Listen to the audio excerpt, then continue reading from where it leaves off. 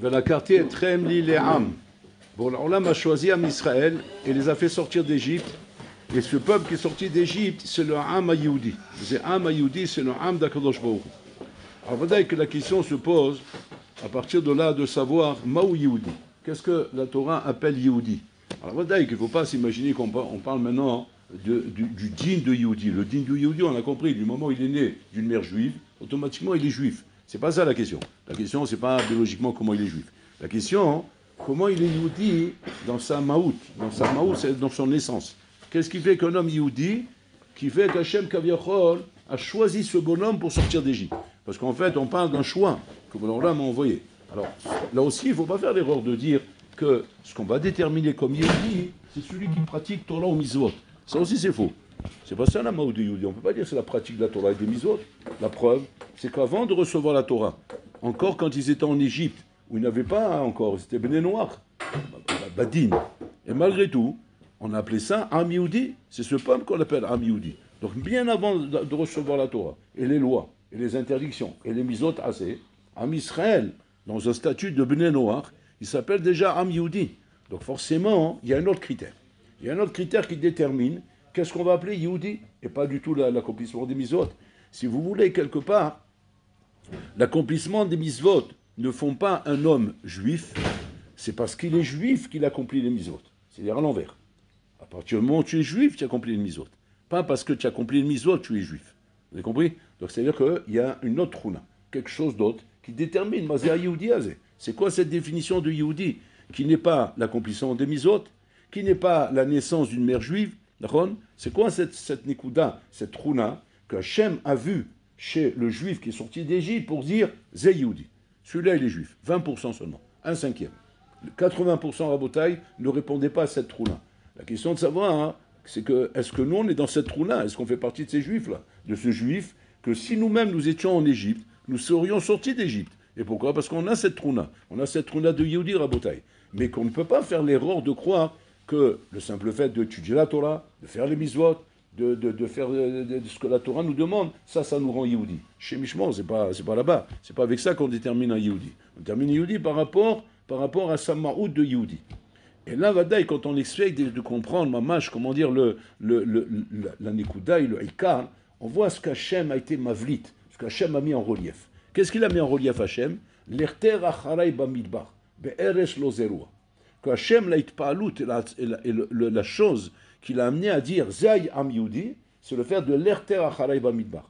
Comment les Maasé, ils ont couru derrière Hachem dans le désert, be'eres lo zerua, une terre bichlal où il n'y a pas là-bas quoi que ce soit pour vivre. On ne peut pas vivre dans le désert. On ne peut pas s'imaginer qu'on va sortir là-bas et on est devenu des Bnei Horim. Mais Horim, se jeter dans le désert, c'est pas une bonne affaire qu'on a fait. Il vaut mieux rester en Égypte, manger du pain sec, mais au moins rester en vie, qu'aller partir dans le désert. Forcément, on va mourir dans le désert. On va pas rester en vie là-bas. Mais bon, alors là, on voit que c'est ça qu'il a mis en relief. L'erter achalai bamidbar. Extraordinaire. Donc, c'est-à-dire qu'il y a, avant même la notion de Kabbalat Torah, de Kiyum HaMitzvot, d'être Yehudi biologiquement de sa mère qui est juive, il y a un autre critère qui est la base essentielle du Yehudi, c'est le Lerter Achalai Bamidbar. C'est-à-dire qu'un homme Rabotai, Kaviachol, qui ne sent pas chez lui, à part la pratique des Mitzvot, à part la pratique de la Torah, à part le fait d'être juif biologiquement, il ne sent pas ce Lerter Achalai Bamidbar. Et on va expliquer c'est quoi cette trouna qu'on appelle Lerter Achalai Bamidbar. À Yehudi Azer Rabotai, il est là par la force des choses. Il est là, Bekoar, par la force des choses. Parce qu'il est Yehudi comme ça, de naissance, et le système l'a amené à vivre son judaïsme par la force des choses, Rabotai. Mais Kaviachol, ce n'est pas un choix. Ce n'est pas un choix que l'homme a fait dans sa vie. Ça veut dire que ça fait peur, Rabotai. Ça veut dire qu'une majorité de juifs, Rabotai, ne sont pas juifs parce qu'ils l'ont choisi. Ils sont juifs par la force des choses. Free. Alors tu vas me dire, qu'est-ce que ça peut faire? Le Ikar, c'est d'être juif et de pratiquer Torah Mitzvot. Bon, alors là, mais il n'est pas content de ça, non? C'est pas ce que Hachem a choisi. On ne choisit pas une femme par la force des choses. On choisit une femme parce qu'elle m'aime. Elle veut être avec moi, mais pas par la force des choses. Imagine-toi que ta femme sous la roupa, pendant que tu es en train de lui passer la bague, elle te dit un petit message à l'oreille, elle te dit des choses, comment dire, la nature a bien fait les choses. Il arrête. Alors moi, comme il arrête. Qu'est-ce que tu veux dire par là? Ça fait peur ce qu'elle est en train de dire là. C'est quoi la nature fait bien les choses? Tu dis non, bon tu sais, des fois on ne fait pas forcément ce qu'on a envie, hein. Mais bon, comment dire, on est un peu forcé à droite, à gauche, les parents, ils me roulaient. Bon, ben là, je me suis retrouvé ici maintenant devant toi. Je me suis dit, tu la prends, je reste à la poubelle. Je ne vais pas me marier avec une femme pareille, ça va pas, non? Bon, alors l'âme, c'est pareil. Il ne veut pas se marier avec un peuple et donner sa Torah à ce peuple si ce n'est pas un peuple qui est amoureux d'Hachem, qui est l'erte achari bamidbar. Être amoureux d'Hachem, Rabotai, c'est être capable de se dépasser. C'est se dépasser, Rabotai. Pas simplement d'accomplir les mitzvot, pas simplement de faire la Torah, parce que ça, en étant simplement dans un système, Rabotai, où on a reçu une certaine éducation, on a grandi d'une certaine manière, eh bien on est amené à ça, on est amené à pratiquer la Torah ou les mitzvot, avec un peu de bon sens, Rabotai, on peut même trouver quelque chose d'intéressant dans l'étude de la Torah. Et donc ça donnait à ça, ça donnait à l'étude de la Torah, Rabotai. Mais par contre, là où on va se poser la question, c'est de savoir maintenant, tu fais tout ça, sauf, tu es amoureux d'Hachem, tu dis comment on est bochen ça? Comment on vérifie cette nekuda si je suis amoureux d'Hachem? Comment on vérifie? Alors pour être bordé que cette nekuda rabotai, c'est le principe de l'erter aharay bamidbar. Alors on va essayer de traduire ça dans notre langage aujourd'hui. Ce serait quoi le l'erter aharay bamidbar rabotai? C'est pas chose, c'est d'être prêt à tout abandonner pour Hachem, à tout lâcher pour vivre avec Hachem. Tout, lâcher tout. C'est tout ce qui pourrait être les choses rabotai les plus attrayantes pour moi, les plus vitales pour moi, les plus importantes dans ma vie, des choses auxquelles je suis accroché à ces choses-là, je suis prêt à les abandonner pour Hachem. Je suis prêt, mamash, comment dire, à mettre même ma vie en péril pour lui, à me mettre en danger, à ne pas savoir où je vais, du moment où je sais que je vais dans les mains d'Hachem. Et ça, c'est la nikuda essentielle qui fait qu'Hachem dit, j'ai trouvé mon peuple, à qui je vais donner ma Torah. Donc c'est-à-dire que notre peuple, Rabotai, n'est pas construit comme tous les autres peuples. Dans tous les autres peuples, comment ça se construit? Un Américain, combien il devient Américain? Un Anglais, comment il devient Anglais? Un Russe, comment il devient Russe? Ben, simplement, c'est un bonhomme qui un jour a débarqué en Russie, et il est resté là-bas, et il a grandi en Russie, il est devenu un Russe. Un Américain, comment il devient Américain? Pareil, il a débarqué en Amérique, il est devenu Américain. Un autre, il est venu Chinois, parce qu'il a débarqué en Chine, il est devenu Chinois. Écoutez, un Juif, Rabotai, il ne vient pas Juif parce qu'il vient sur la terre d'Israël. Il ne vient pas juif parce qu'il fréquente les synagogues. Il ne vient pas juif parce qu'il fait les mitzvot. C'est pas comme ça qu'on devient juif. Tu deviens juif, pourquoi? Parce que c'est un choix dans ta vie. Tu as choisi d'être juif. Pas je suis juif. Mais j'ai rien choisi, moi. C'est c'est pas fort, ça m'est tombé sur la tête. Je ne sais même pas d'où c'est arrivé. Mais maintenant que je suis juif, alors, Inachinami, comme je sais qu'à Olam Haba, il y a le Guinam, je n'ai pas envie d'aller au Guinam, je vais aller à Olam Haba. Alors, en fait, je vais faire en sorte de mettre du céder dans ma vie.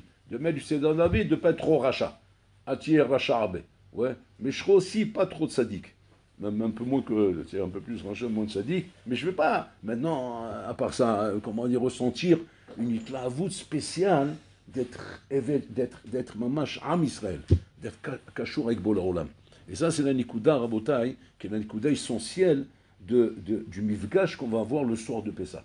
Parce que le soir de Pessah, on se retrouve devant la même situation, où à nouveau, tu vas devoir ressortir d'Égypte pour être appelé Am Israël, pour pouvoir te préparer avec le décompte qu'on va faire de Sfirat HaOmer, les Kabel Torah, de couler. Va savoir si tu n'es pas Bichlal l'étranger, tout ça. Si tu as un rapport avec ça, Bichlal. Tu dis, j'ai un rapport avec ça parce que je suis là. Non, c'est pas une raya. C'est pas une raya parce que tu es là. Et c'est pour ça, Rabotai, que très souvent, moi, je ne parle pas mitzad d'Yetzarara, je ne parle pas mitzad zé. Je ne suis pas là-dedans maintenant. Je ne suis pas dans le Yetzara qui les met fatéoti, il me séduit pour faire des bêtises. Je ne parle pas de ça. Je parle mitzad de la maout de la personne, Rabotai.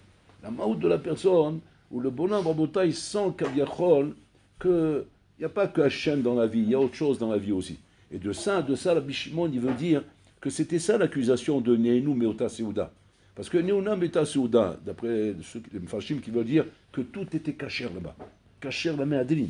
Il n'y avait aucun problème à l'Pi Alacha d'avoir transgressé quoi que ce soit à l'Pi Alacha dans la Seuda de Hachverosh. Alors voilà, la question se pose. Si on n'a rien transgressé, qu'est-ce qu'on reproche à Am Israël? On reproche à Am Israël de ne pas avoir été Yehudi. C'est ça qu'on reproche. C'est-à-dire, la chose qui est votre essence, avec laquelle on a construit ce peuple, là-bas, vous avez trahi cette chose-là. Vous n'êtes pas Yehudi, Bichlal. Parce que si tu es Yehudi, tu ne dois pas te trouver là-bas. Un Yehudi, Rabotai, ne peut pas être devant un écran. devant un iPhone, devant un réseau social, un TikTok, des trucs comme ça. Un Yehudi, il ne peut pas être là-bas en bataille. Pourquoi? Parce que, comme Yachol, il est trop passionné par Akadosh Baruch Hu pour faire autre chose que surtout ces choses-là que Hachem lui-même n'aime pas. Hachem, il n'aime pas ça, donc je ne peux pas les aimer, ces choses-là. Parce que j'aime Akadosh Baruch Hu, et donc j'aime ce que lui, il aime. Et je n'aime pas ce que lui, il n'aime pas. Je haïs ce que lui, il n'aime pas. Si moi, je ne suis pas dérangé par ça, de pouvoir aimer des choses que Hachem n'aime pas, et c'est pas seulement je m'intéresse, mais j'aime ces choses-là. C'est-à-dire, elles sont rentrées dans ma vie, elles ont pris une place dans ma vie. Et ces choses-là, je les aime. À tel point que je vois ça comme un sacrifice quand on me dit maintenant, absurde de faire ces choses-là. Ou bien, c'est pas l'ashkafa juif de faire ça. Je sens un sacrifice quand je fais ça. Je sens que c'est au ketzoti. Au ketzoti, ça veut dire que ça me pince, ça me pique, ça me contrarie. Ouais. Alors là, tu as un problème dans ton identité juive. Tu n'as pas un problème comme nous, on croit, Rabotai, dans ma milchama avec le Yessara. Parce qu'on confond deux choses. On confond Rabotai, la milchama avec le Yessara, qui est une milchama qu'on connaît, c'est marqué là-bas, les Olam, Yargiz, Yessara, Yessara, il y a un combat avec le Yessara. Et le Yessara, il essaie de te détourner et t'amener vers le mal, Rabotai. Mais maintenant, il y a un autre problème, c'est le problème dont je parle maintenant. Moi, je ne parle pas de la milchama du Yessara. Moi, je parle de quelque chose qui n'est même pas une milchama, parce que c'est un choix que tu n'as pas fait dans ta vie. Donc c'est qu'après que tu as fait un choix d'être Yehudi que commence la milchama. Mais la milchama, elle ne commence pas avant ça. Donc ne fais pas la confusion de dire « Waouh, je suis en plein milchama, moi. Waouh, j'ai beaucoup de tentations, j'ai beaucoup de trucs, je me bagarre du matin au soir pour me débarrasser de plein de ch'touillottes que j'ai dans ma tête et de plein de choses qui m'attirent encore dans la vie. Je suis là-bas, hein, toi d'arabe, la milchama, elle est dure, hein, que le Yessara. Habibi, on ne parle pas de ça. Il n'y a pas de milchama ici. Il n'y a pas de milchama, tu n'es pas là, tu es là-bas. Tu es là-bas, c'est-à-dire que quoi? C'est que chez toi, Bichlan, comment dire, cette maoud de Yehudi n'est pas encore acquise. Tu n'as pas acquis cette maoud de Yehudi encore. Cette maoud de Yehudi, où j'ai réussi ma mâche, comment dire, par un birour et imout avec moi-même. Un birour et imout, c'est-à-dire une analyse profonde avec moi-même qui m'a amené à comprendre que quoi? Que ma mâche, que Akadosh Baruch Hu, c'est Hayenu, qui est Hayenu ve'orchiamenu, c'est ma vie Akadosh Baruch Hu. Et sans Akadosh Baruch Hu, à Bati Beoni, je suis perdu dans ce monde. C'est-à-dire un homme qui ne se sent pas perdu dans ce monde, sans Kadosh Baruch Hu, c'est un bonhomme en bataille qui n'est pas encore au stade de Yehudi encore. Et qui n'aille pas appeler ça la milchama avec le Yessara. Qui n'a pas appelé ça comme ça. La milchama avec le Yessara commence qu'à partir du moment où tu es Yehudi. Tu es Yehudi, c'est-à-dire que tu as fait un choix. Je veux cette vie de Yehudi. Je veux cette vie où, dans ma vie de Yehudi, c'est-à-dire c'est en étant Yehudi que j'arrive à ça. À être content de mettre mes tefillim le matin, à être content de prier, à être content d'étudier la Torah, parce que ça s'inscrit dans ma vie de Yehudi, mais pas, comment dire, par la force des choses, être obligé d'étudier, être obligé de prier, être obligé de mettre les tefillim, être obligé de se lever le matin. Alors, ça, a priori, c'est comme ça qu'on le voit, nous. On le voit comme une obligation. Mais comme une obligation, Haser be'am Yehudi, Haser ba'maut Yehudi en bataille. Et ça, c'est la chose essentielle. Non. Sur quoi se base ce binyan-là? Ce binyan, Rabotai, d'amour avec Akadosh Baruch Hu. Erbonim et binyan azé. Comment on est bonné ce binyan? Le parad d'Israël, Rav Yisraël Otner, le parad d'Israël, Rabotai, il développe une anomalie qu'il y a entre deux expressions qui on a l'impression qu'ils ont la même définition, mais qui a priori n'ont pas la même définition. Par exemple, c'est l'expression de la Oda. La Oda, c'est-à-dire, d'un côté, Oda qui peut vouloir dire remerciement, et d'un autre côté, Oda qui peut vouloir dire Oda de Baldin. Oda de Baldin, c'est reconnaître la vérité. Alors, j'explique les deux cas. Reuven et Shimon, ils ont un litige entre eux. Il y a un conflit. Maintenant, ce conflit est amené devant le Beddin, et devant le Beddin, avec les arguments, on a amené Shimon à être modé Beddin im Reuven. C'est Oda de Baldin, c'est-à-dire qu'il est modé que, effectivement, le din est avec Reuven. Donc je me plie automatiquement par ma reconnaissance au din avec Reuven. Il a fait mot. Ça, c'est ce qu'on appelle Oda'a Midin Oda de Baldin. De la même façon, il y a ce qu'on appelle le remerciement. Ou quand quelqu'un, il m'a, par exemple, on est à table, mais j'avais pas de verre, il m'a amené un verre. Je lui dis merci. Merci. Le Khora, ça n'a rien à voir avec Oda de Baldin. Parce qu'il n'y a pas un conflit entre nous ici. Ouais. C'est simplement un remerciement qui est Mishum Derech Eretz. Mishum Derech Eretz qui relève des Nimusim. Nimoussé chez Ben Adam. Nimusim, c'est-à-dire du bon rapport entre les hommes. que quand on te rend service, on te donne quelque chose qui te dépanne, qui t'aide, tu dis merci. Il a fait mot. Et le Barat d'Israël là-bas, hein, il cherche à montrer qu'en vérité, ces deux expressions proviennent de la même source.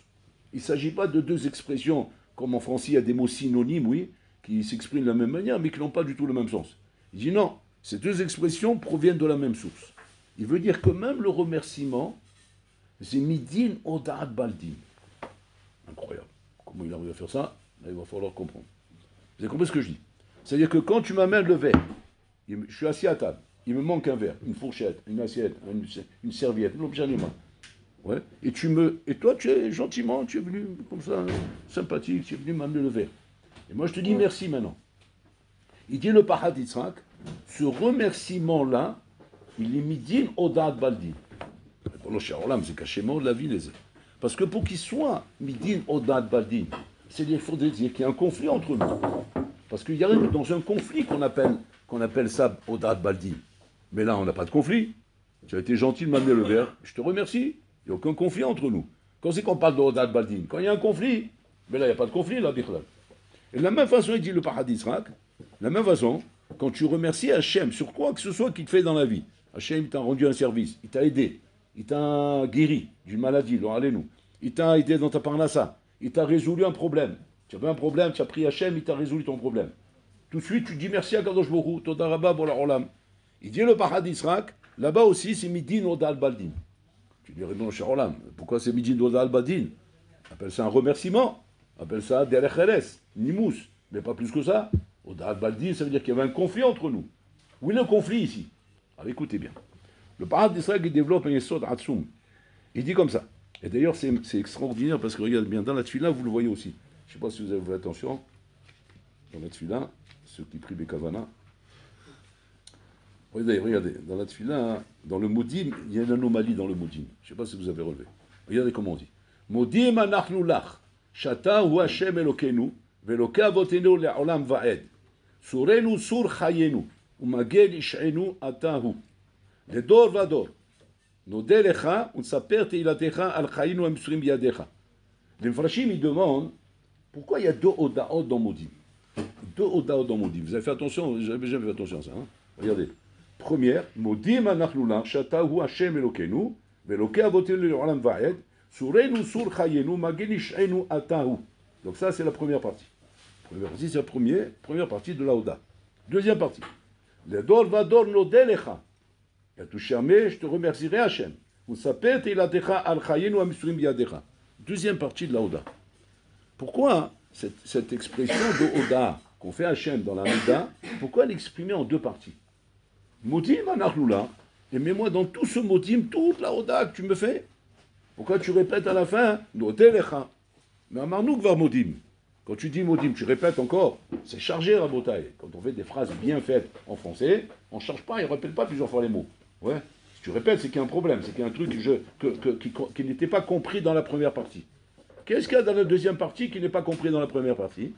Alors là, il y a une règle grammaticale qu'il faut savoir en hébreu. Alors on va faire un cours d'ulpan. Ouais. Qu'en hébreu, il faut savoir comme ça. Quand ton modim, ton modé, il est midin oda'at baldin, il doit avoir dans la phrase qui suit le shin, comme je dis comme ça.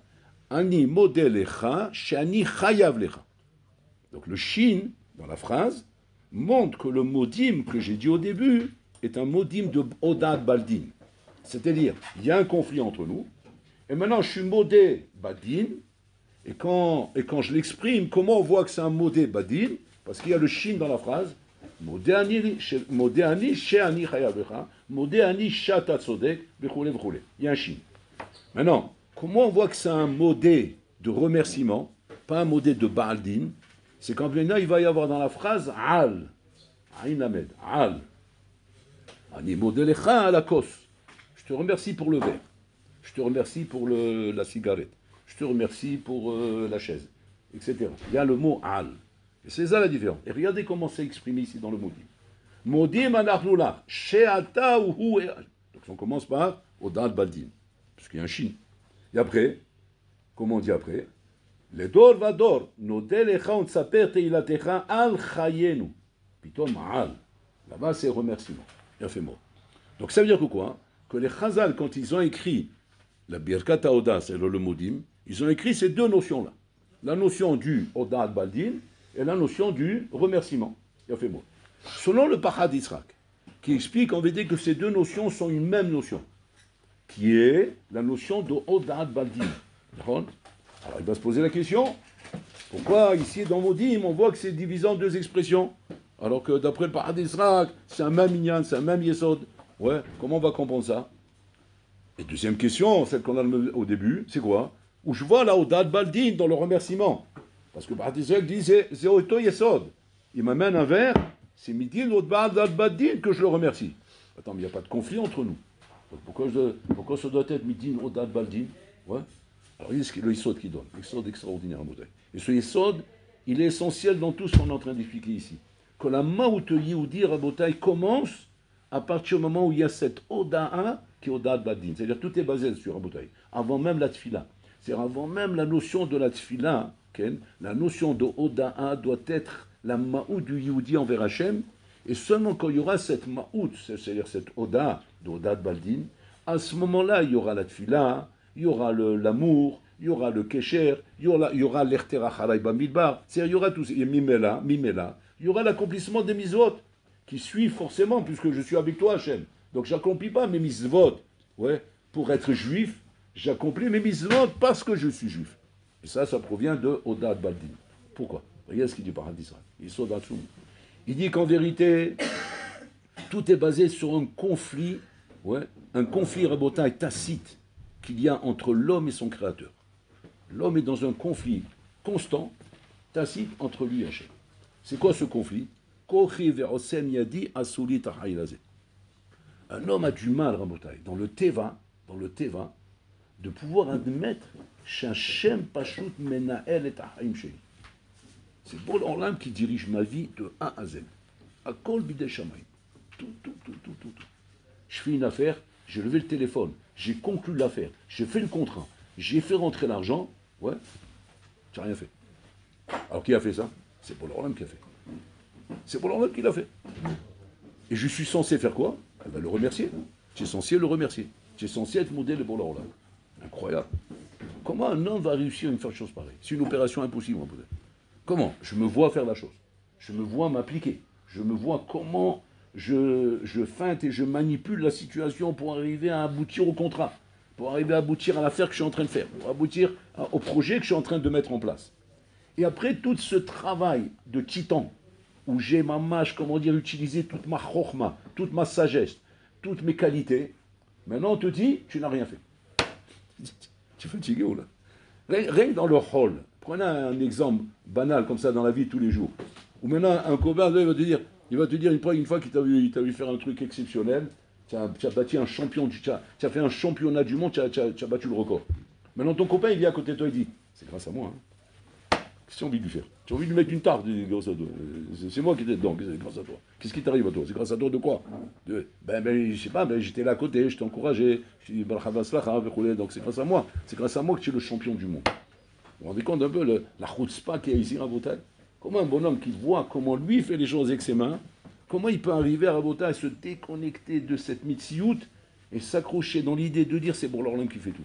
Parce que ça ne doit pas être utopique, hein. Il ne faut pas que ce soit du blabla. Parce que si c'est du blabla, c'est facile à dire du blabla. De dire quoi? Akol bidei shamayim. Tu veux que je te prouve que tu n'es pas là-bas?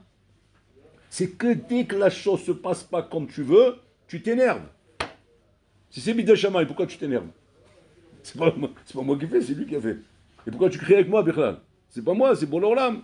Et l'Achilami, on est tous les deux dans le même problème. Alors viens, on prie ensemble. Pourquoi Hachem il a fait comme ça, au lieu de me taper dessus? Ou bien moi je te tape dessus? Et de quoi tu parles, Bichlal, ici? On est dépendant, on est saracol manipulé par Hachem. La chose n'est pas faite, parce qu'il a manipulé autrement, c'est tout. Donc tu peux pas maintenant te mettre en colère, ou bien commencer à faire des calculs, et comment et pourquoi, et tu t'es perdu. Tu t'es perdu, Rabotai.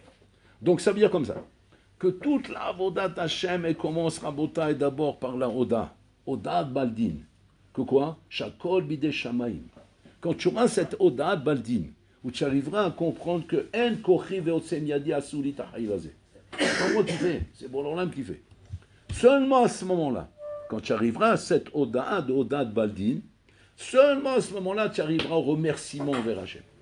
Là, tu arriveras au remerciement, qui est le remerciement classique qu'on connaît, où tu dis merci à Bola Olam. Mais un bonhomme qui dit merci à Hachem, Rabotai, sans reconnaître en même temps qu'il y a Odad Baldin, que c'est Hachem qui fait, pas moi, ton remerciement, c'est Stam Goy, c'est du blabla, c'est du blabla Goy. C'est comme les goïs, merci. Oh, bon, alors dans sa tête, c'est ça juif. Il aime merci, monsieur, parce qu'en entendant, il m'a fait gagner de l'argent. Il m'a fait gagner de l'argent, bon, donc je suis obligé de le remercier. Mais dans ma tête, j'en pense pas moins. C'est un sale juif, va mourir, sale juif. Mais en entendant, bon, ton argent, ton pognon, je le veux, mais va mourir, sale juif. Ouais. Pourquoi? Parce que on n'est pas là, on a le remerciement Goy Rabotai n'est pas un remerciement qui est fondamental, quelque chose de profond. C'est Stam Be'alma, c'est Safa Be'alma, c'est Stam Bitouy Be'alma Rabotai. Le remerciement juif, c'est Odad Baldin Rabotai. Donc c'est-à-dire que par le remerciement juif, qui est Odad Baldin, de cette manière on devient Am Israël. Donc c'est-à-dire avant même Berlin, de te poser la question maintenant, si je suis bon dans mon limoud, pas bon dans mon limoud, je fais bien les misos, je fais pas bien les misos, je fais ça, que ça là-bas, Rabotai, ça raccole une conséquence de ton statut de juif. Et pas du tout, Berlin, voir ça comme une chova, parce que ça c'est une chova, mais qu'après, qu'un ami que tient un Yehudi. Mais ce Yehudi, il est construit sur quoi, Rabotai? Sur la Oda. Oda Baldin. Oda Baldin Kemaïdim Damé. Ça doit être la clé avec laquelle un juif il avance dans sa vie. Vis-à-vis de tout ce qu'il va rencontrer dans sa vie. Vis-à-vis de sa femme quand il va se marier, que quand il va remercier sa femme, ça doit être Midin Oda Baldin. Et pas Midin remerciement. Oda Baldin. Tu dis, mais quel conflit il y a? Tu rigoles quoi? Le potentiel du conflit, il est là.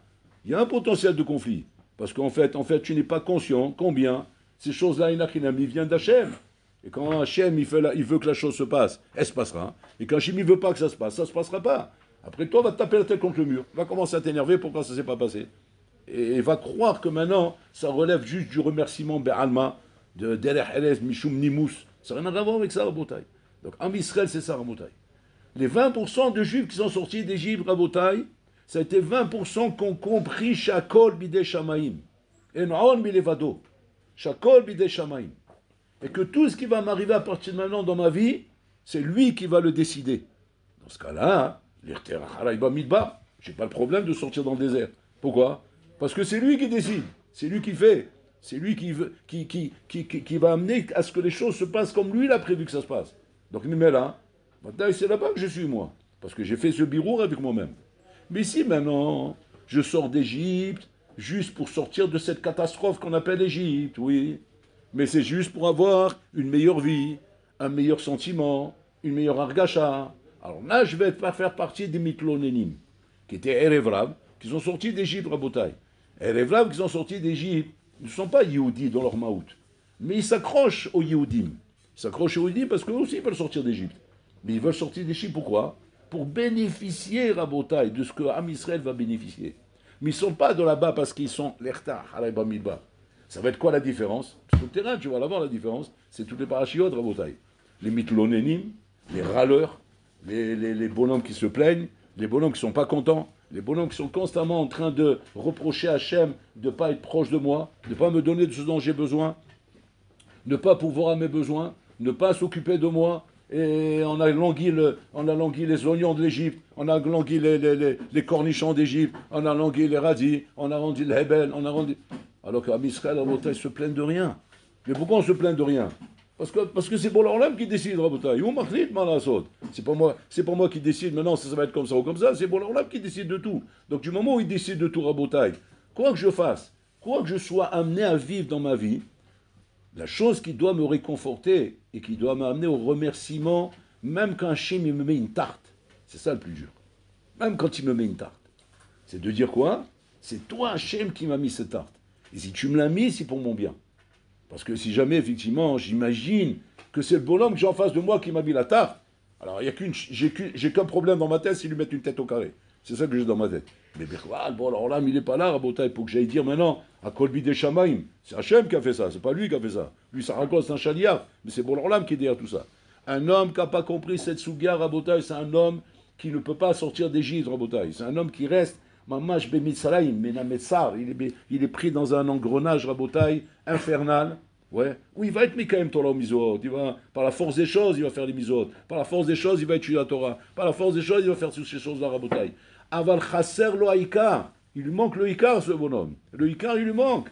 Qu'est-ce qu'il lui manque? Mais il lui manque toute la mitziout, de la kara qu'il faut avoir, de la Odad Baldin, Rabotai. Que je suis dans un conflit avec Hachem, tant que je ne suis pas arrivé à cette Odad Baldin.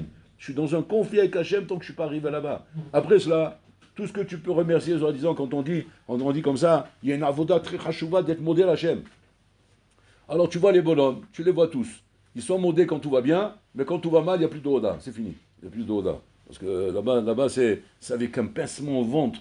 Si on est arrivé au moins à la madrega de dire Gamzul et Tova. Mais on le dit avec un pincement au ventre. Kaparatavon. Gamzul et Tova. La voiture, elle est cassée. La hall, il a perdu. J'ai perdu beaucoup de pognon. Mon affaire, elle a coulé. Là-bas comme ça et là-bas comme ça. Gamzul et Tova. Kaparatavon. C'est grave. Il n'y a pas Odad Baldin ici. Tu ne peux pas remercier.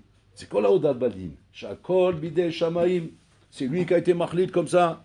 Ils ont été marlit comme ça. Ani model Hashem midin Odad Baldin. C'est-à-dire, je passe devant un Beddin, et même ça me fait voir le ventre, je suis modé les Rouven, que j'ai tort. Mais je me plie à la volonté de Rouven. Alors, Mavdil, je me plie à la volonté d'Hachem. Je reconnais que j'ai tort, c'est lui qui a raison. Et s'il m'a mis une tarte, c'est que je mérite cette tarte. Et que c'est pour mon bien, les maasés. Tant que tu n'es pas arrivé à cette madriga, les maasés dans ta vodat Hachem, de comprendre que Akol Bidei Shamayim veut dire que la Sugia ne commence, le essai qui commence, que quand seulement cette chose-là, elle est claire dans ta tête. Sinon, c'est Mekartaout. C'est Mekartaout. Tout est faux. Tout est faux dans ta shkafa, Bichlal. Akol Betaout, Rabotai. Et ça, c'est la chose, Rabotai, la plus grave, la plus hachouva, qui est la préparation, Rabotai, à la fête de Pessah. Nous devons à nouveau nous retrouver le 14 Nissan, où on va sortir d'Égypte, Rabotai, et que ça ne doit pas être du folklore. C'est pas Pessah, c'est pas manger de la matzah, boire des vins, 4 verres de vin, et lire la Gada, la Tset et des Chova, Rabotai. Il y a une opération plus importante que celle-là. Parce que tu ne pourras pas arriver à Shavuot, Bichlal, si tu n'es pas sorti d'Égypte. Et sortir d'Égypte, c'est pas manger de la matzah et boire du vin. C'est pas ça, sortir d'Égypte. Sortir d'Égypte, Rabotai, c'est avoir compris dans sa tête que c'est pour l'Orlam qui décide de tout, Rabotai. On raconte sur le Khatam Sofer. Khatam Sofer, Rabotai, il avait un mina comme ça, de se procurer des matzot d'un hidour, mais inimaginable. Je ne sais pas combien, si je me rappelle bien, je ne sais pas que je ne me trompe pas, il y avait 60 khumrot dans les matzot du Hatam Sofer. 60 khumrot. C'est-à-dire, c'est des matzot, genre, va les chercher, même avec tout l'or du monde, tu ne les trouves pas. C'était une fabrication spéciale qu'on donnait comme ça à des gens grands comme le Hatam Sofer qui comprenaient quelque chose à ça. Mais sinon, tu ne donnes pas ça à des hamars qui ne comprennent rien. Rien que pour se payer le luxe de dire j'ai les matzot du Hatam Sofer. Même avec de l'argent, tu ne les donnais pas. Donc le Hatam Sofer, tous les ans, il se procurait ces matzot-là. Et ces matzot-là, hein, il ne se procurait pas à des kilos. Il en avait 6. 6 matzot comme ça. Qu'on lui enveloppait bien comme il faut. Et on lui donnait 6 matzot. Il les gardait comme ça. Il était tout dans une armoire bien cachée, roulée, de façon à les garder pour le seder. Et quand la femme préparait la table pour le soir du seder, les matzot n'étaient pas posés à table.